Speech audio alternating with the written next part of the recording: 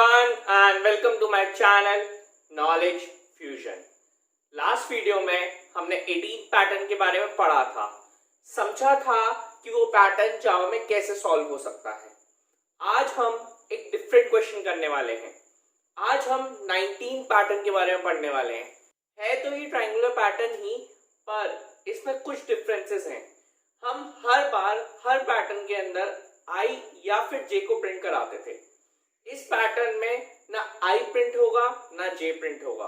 तो आइए इसे समझते हैं। और जिन लोगों ने 18 पैटर्न की वीडियो नहीं देखी थी, मैंने उसका लिंक डिस्क्रिप्शन बॉक्स में अवेलेबल कर दिया है, आप उसे वहां से देख सकते हैं। जावा की स्टार्टिंग हमेशा क्लास से की जाती है। क्लास को एक पर्टिकुलर नाम दिया जाता है जो आपके प्रोग्राम को डिफाइन करता है, आपके प्रोग्राम को एक्सप्लेन करता है।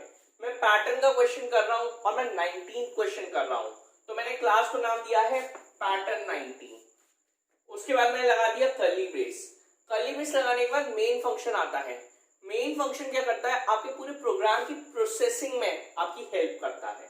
उसके बाद आ गया कर्ली ब्रेस।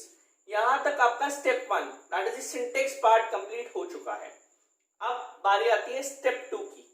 स्टेप 2 में हमें वो वेरिएबल्स लेने होते हैं जो हमारे प्रोग्राम को सॉल्व करने में हमारी हेल्प करते हैं। यहाँ पे मैंने 3 वेरिएबल्स लिए हैं, आई, जे, एक्स इक्वल्स टू 1। एक्स भी एक वेरिएबल है जिसको मैंने इनिशियलाइज कराया है एक्स इक्वल्स टू 1, यानी स्टार्टिंग वैल्यू उसकी 1 है। और ये तीनों ही वेरिएबल्स इंट यानी इंटीजर डेटा टाइप के हैं। तो अब यहां तक हमारा स्टेप 2 कंप्लीट हो गया। अब हमें प्रोग्राम को सॉल्व करना होता है। तो अब हम अपने पैटर्न को ऑब्जर्व करते हैं और समझते हैं कि क्या आई का और क्या जे का लूप चलेगा। जो हमारी हॉरिजॉन्टल लाइंस होती हैं जिन्हें हम रोज बोलते हैं, उनका लूप चलता है आई से। और जो हमारी वर्टिकल लाइंस होती हैं जिन्हें हम कॉलम्स बोलते हैं, उनका लूप चलता है जे से। अब इसके बाद अब आपको ये देखना है कि आपका जो पैटर्न है उसमें कितनी रोज हैं। तो मैंने देखा ये मेरी फर्स्ट रो, ये सेकंड रो, ये थर्ड रो, ये फोर्थ रो, यानी जो मेरा टोटल कंप्लीट पैटर्न है उसके अंदर 4 रोज है। मेरे को 4 रोज प्रिंट करानी है। तो मैंने आई की स्टार्ट किया आई इज इक्वल्स टू 1 से, आई को इनिशियलाइज करा दिया। तो मैं लिख देता हूं आई इक्वल्स टू 1। राइट में मैंने लिख दिया I is lesser than equals to 4। जब तक आई की वैल्यू 4 ना हो जाए, यानी जब तक हम फोर्थ रो तक ना पहुंच जाए, तब तक हमारा आई का लूप चलता रहे। 1 is lesser than equals to 4, फिर 2, फिर 3, फिर 4। उसके आगे जैसे ही 5th रो आए, वहीं पे हमारा पैटर्न कंप्लीट हो जाए। अब आई का लूप हमने चला दिया। अब हम जे का लूप चलाएंगे। जे इक्वल्स टू 1। अब हमने जे इक्वल्स टू 1 क्यों चलाया? आप एक चीज नोटिस कर सकते हैं, हम एलिमेंट्स काउंट करते हैं। देखिए फर्स्ट रो के अंदर एक एलिमेंट है तो 1 से 1 तक का लूप चलेगा। सेकेंड रो के अंदर 2 एलिमेंट्स हैं तो 1 से 2 तक का लूप चलेगा। थर्ड रो के अंदर 3 एलिमेंट्स हैं तो 1 से 3 तक का लूप चलेगा। फोर्थ रो के अंदर 4 एलिमेंट्स हैं तो 1 से 4 तक का लूप चलेगा। यानी कि जिस रो पे हम हैं उधर तक का लूप चलेगा। अगर आप सेकेंड रो में हैं तो 1 से 2 तक, अगर आप थर्ड रो में हैं तो 1 से 3 तक, अगर आप फोर्थ रो में हैं तो 1 से 4 तक, और अगर आप फर्स्ट रो में हैं तो आप 1 से 1 तक का लूप चलाएंगे। यानी आप जिस रो में हैं उसी रो तक का लूप आपको चलाना है। तो बहुत ही सिंपल हो गया। ये बेसिकली हमारा आई हो गया। तो हमने इसको जब आई है तो हमने j इक्वल्स टू 1 और j is lesser than equals to I चला कि जिस नंबर की रो हो लूप हमारा वहीं तक चले। अब ये तो मैंने आपको ड्राई एक्सप्लेनेशन दे दिया, एक रफली मैंने आपको समझा दिया कि इसको हम सॉल्व कैसे करेंगे। अब इसे करके देखते हैं और समझते हैं कि ड्राई रन की हेल्प से कैसे इसको परफॉर्म किया जाएगा। और आप पैटर्न को ऑब्जर्व कर लीजिए क्योंकि मैं अब इसको रब करने वाला हूं। अब हम देखते हैं कि हमारा ये पैटर्न सॉल्व करने पे आता है या नहीं।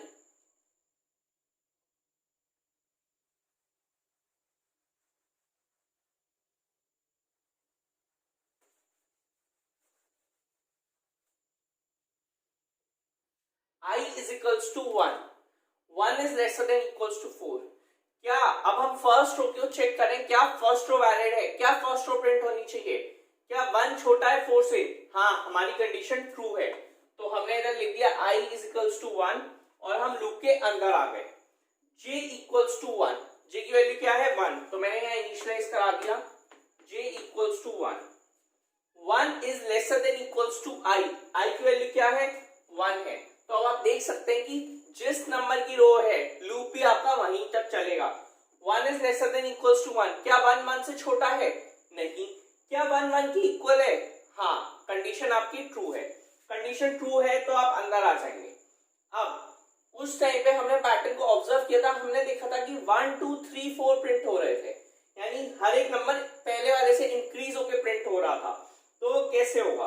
अब देखिए SOPX, यहाँ पे मैंने लिखा है SOPX, इसका मतलब क्या है? SOP यानी system dot out dot print.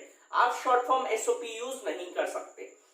System dot out dot print क्या करेगा? इसके अंदर जो भी वैल्यू होगी ये उसे प्रिंट करा देगा। इसके अंदर x है तो x की वैल्यू प्रिंट हो जाएगी। तो SOPX, अब x की वैल्यू क्या है? x की वैल्यू 1 है। मैं यहाँ पे ड्राई रन के तौर पे इधर लिख लेता हूं, हमारी x की वैल्यू 1 है तो 1 प्रिंट हो गई। जैसे ही x की वैल्यू 1 प्रिंट होगी, हम यहां से वापस ऊपर जाएंगे, लूप को अपडेट करेंगे। लूप को अपडेट करेंगे j प्लस प्लस, तो j की वैल्यू 1 से इंक्रीज हो जाएगी। तो j की वैल्यू 1 से इंक्रीज होकर 1 से अब 2 हो जाएगी। अब हम वापस कंडीशन चेक करेंगे, 2 is lesser than equals to I, क्या 2 1 से छोटा है? कंडीशन हो गई फॉल्स, क्योंकि ना ही 2 1 से छोटा है ना ही 2 1 के इक्वल है। तो जब दोनों ही कंडीशन आपकी फॉल्स हो गई तो आप लूप के बाहर आ जाएंगे। लूप के बाहर आते ही आपको क्या मिला? SOPLN, वो भी एम्प्टी SOPLN। अब इसका क्या मतलब होता है? पहली बात तो एक यहाँ पे नोट करने वाली बात है, आप SOPLN यूज नहीं कर सकते, आपको full form system dot out dot print LN use करना है। इसका काम क्या होता है? ये एम्प्टी SOPLN है तो ये कुछ यहाँ पे प्रिंट नहीं कराएगा, ये सिर्फ क्या करेगा? LN रन करेगा। LN क्या होता है? न्यू लाइन या नेक्स्ट लाइन। हमारी जो फर्स्ट होती है वो कंप्लीट हो चुकी है, अब हमें नेक्स्ट रो पे, या हम कह सकते हैं हमें सेकेंड रो पे आना है।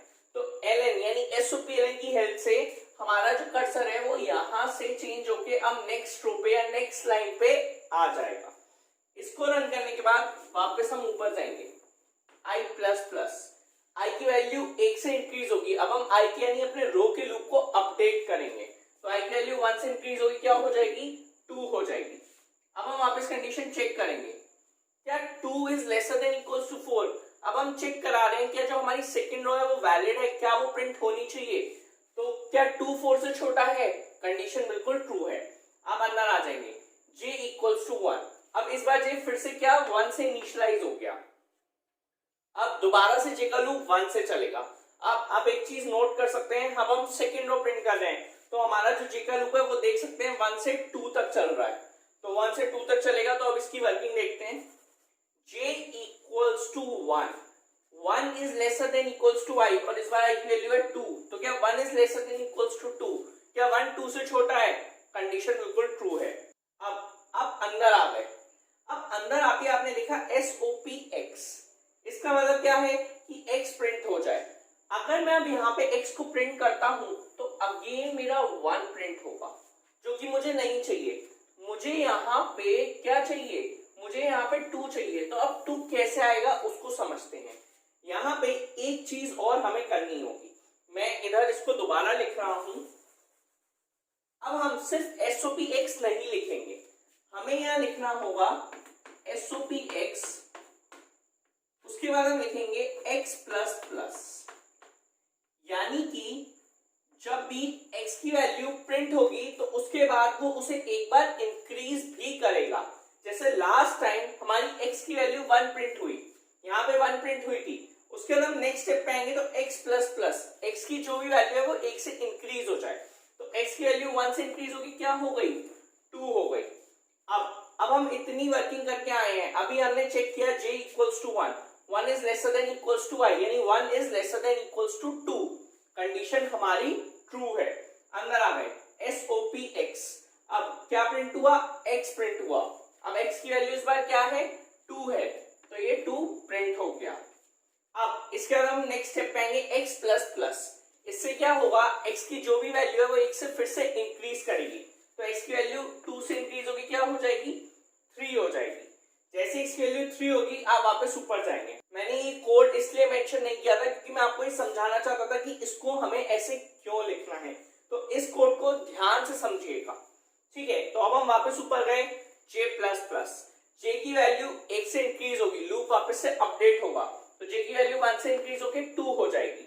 अब हम वापस कंडीशन चेक करेंगे, 2 is lesser than equals to 2, क्या 2 से छोटा है, कंडीशन फॉल्स, क्या 2 के इक्वल है, कंडीशन बिल्कुल ट्रू है, यानी दोनों में से एक भी कंडीशन ट्रू होगी तो ट्रू माना जाएगा।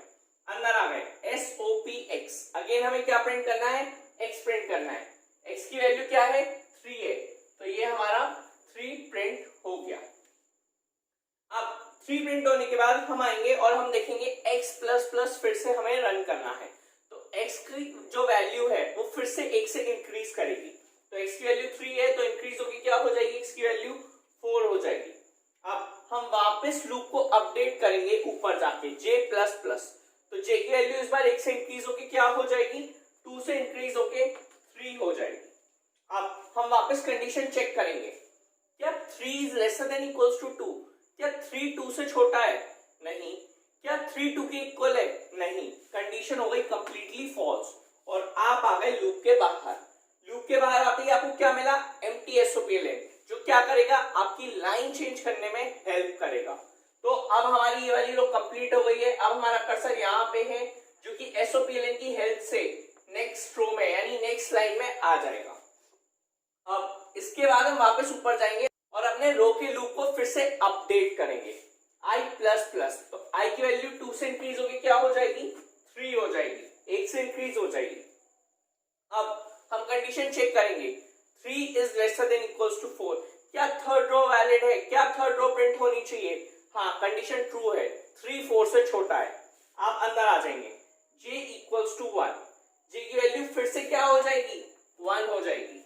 अब ये लूप फॉल्स नहीं रहा, अब ये लूप फिर से चलेगा, 1 is lesser than equals to i, और इस बार i की वैल्यू है 3, तो 3 टाइम्स चलेगा, देखिए थर्ड रो है तो 3 टाइम्स चलेगा।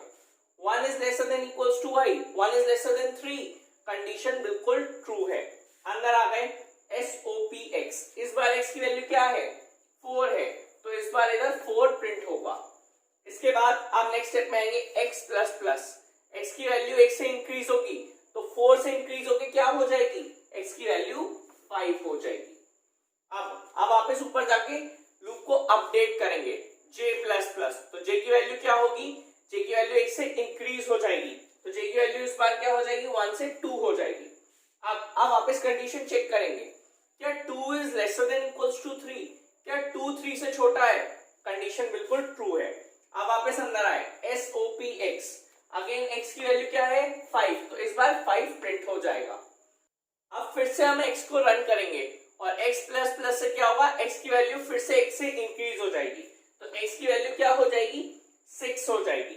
अब हम वापस ऊपर जाएंगे j प्लस प्लस, तो इससे क्या होगा, j की वैल्यू फिर से 1 से इंक्रीज होगी, तो j की वैल्यू 2 से इंक्रीज होगी क्या हो जाएगी, 3 हो जाएगी। अब वापस कंडीशन चेक करेंगे, 3 is lesser than equals to i, क्या 3 3 से छोटा है, कंडीशन फॉल्स, क्या 3 3 की इक्वल है, कंडीशन ट्रू, यानी ये दोनों में से अगर एक भी कंडीशन ट्रू होगी तो ट्रू माना जाएगा। हम अंदर आ गए SOPX, अगेन x प्रिंट होगा और इस बार x की वैल्यू क्या है, 6 है, तो हमने ये 6 प्रिंट कर दिया। अब नेक्स्ट स्टेप में आएंगे x प्लस प्लस, x की वैल्यू 6 से 1 इंक्रीज होकर क्या हो जाएगी, 7 हो जाएगी। अब वापस जैसे ही ऊपर जाएंगे j प्लस प्लस, तो j की वैल्यू क्या हो जाएगी, 4 हो जाएगी। अब कंडीशन चेक करेंगे, क्या 4 is lesser than equals to 3, क्या 4 3 से छोटा है, नहीं, क्या 4 3 के इक्वल है, नहीं, कंडीशन हो गई कंप्लीटली फॉल्स और आप आ गए लूप के बाहर। लूप के बाहर आते ही आपको क्या मिला, एम्प्टी SOPLN, जो क्या करेगा, जो आपकी रो को चेंज करने में, आपकी लाइन को चेंज करने में आपकी हेल्प करेगा। तो ये आपका जो कर्सर है जो यहाँ पे है, अब वो नेक्स्ट लाइन यहाँ पे आ गया। अब जैसे ही हम ऊपर जाएंगे i प्लस प्लस, आई की वैल्यू से इंक्रीज होगी। अब हम वापस चेक करेंगे, i की वैल्यू 4 हो गई। अब हम चेक करेंगे क्या फोर्थ रो वैलिड है, 4 is lesser than equals to 4, क्या 4 4 से छोटा है, नहीं, कंडीशन फॉल्स, क्या 4 4 के इक्वल है, हाँ, कंडीशन ट्रू है, यानी फोर्थ रो जो है वो हमारी लास्ट रो है, इसके बाद कोई और रो प्रिंट नहीं होगी। तो मैंने 3 रोज प्रिंट करी है, मैं चाहता हूँ कि फोर्थ रो की प्रैक्टिस आप लोग खुद करें और सेम मेथड से जैसे मैंने 3 रोज प्रिंट करी है वैसे ही सेम मेथड से 4th रो प्रिंट होगी। और मैं आपको आउटपुट दिखा देता हूं क्या आएगा। प्रिंट करने के बाद आपका 7, 8, 9 और 10 आएगा। इसके बाद जैसे ही एम्प्टी एसओपी लेन मिलेगा और आपकी जो लाइन है वो जब चेंज होगी, कर्सर नेक्स्ट लाइन में आएगा, आप वापस ऊपर जाएंगे i प्लस प्लस और i की वैल्यू जैसे ही 5 होगी तो आप कंडीशन चेक करेंगे 5 is lesser than equals to 4। क्या 5 4 से छोटा है? नहीं। क्या 5 4 के इक्वल है? नहीं। कंडीशन हो गई फॉल्स। आप आ गए लूप के बाहर। लूप के बाहर आते ही आपने देखा आपका क्वेश्चन कंप्लीट हो गया है और आप ये देख सकते हैं आपको जो पैटर्न चाहिए था वो आपको एज इट इज पैटर्न मिल चुका है। तो यहाँ पे क्या चीज डिफरेंट थी, हमें एक थर्ड वेरिएबल और लेना पड़ा x इक्वल्स टू 1, यानी कि ऐसा वेरिएबल जिसकी वैल्यू हर बार एक से इंक्रीज करती रहे, 1 फिर 2 फिर 3 फिर 4, इस तरीके से जब तक हम चाहें तब तक वो इंक्रीज करती रहे और हमें वही वेरिएबल प्रिंट कराना था। और एक ध्यान देने वाली बात है, मैंने x प्लस प्लस प्रिंट नहीं कराया था, x प्लस प्लस नहीं लिखा था। अगर x प्लस प्लस नहीं लिखेंगे तो पूरे पैटर्न में सिर्फ 1 1 1 1 1 प्रिंट होता रहेगा क्योंकि x की वैल्यू अपडेट नहीं होगी। तो आप ध्यान से x प्लस प्लस लगाना ना भूलें। और एक बात, 3 चीजें हमेशा ध्यान रखें, i का लूप और j का लूप आपस में सिस्टमैटिक चलता है। दूसरी चीज, आप कभी भी शॉर्ट फॉर्म SOP/SOPLN यूज नहीं कर सकते और x की वैल्यू आपको ऊपर ही इनिशियलाइज करानी है। ये 3 चीजें हमेशा नोट रखिएगा। तो आई होप कि आपको ये क्वेश्चन क्लियर हो गया होगा। अगर ये वीडियो पसंद आई हो तो इसको लाइक करें, शेयर करें और चैनल को सब्सक्राइब करना ना भूलें। और एक इंपॉर्टेंट बात, अगर आपको कोई भी कैसा भी डाउट है या कोई भी क्वेरी है तो आप मुझे कांटेक्ट कर सकते हैं। मेरी मेल आईडी, मेरा कांटेक्ट नंबर और मेरी इंस्टाग्राम आईडी डिस्क्रिप्शन बॉक्स में अवेलेबल है। Have a good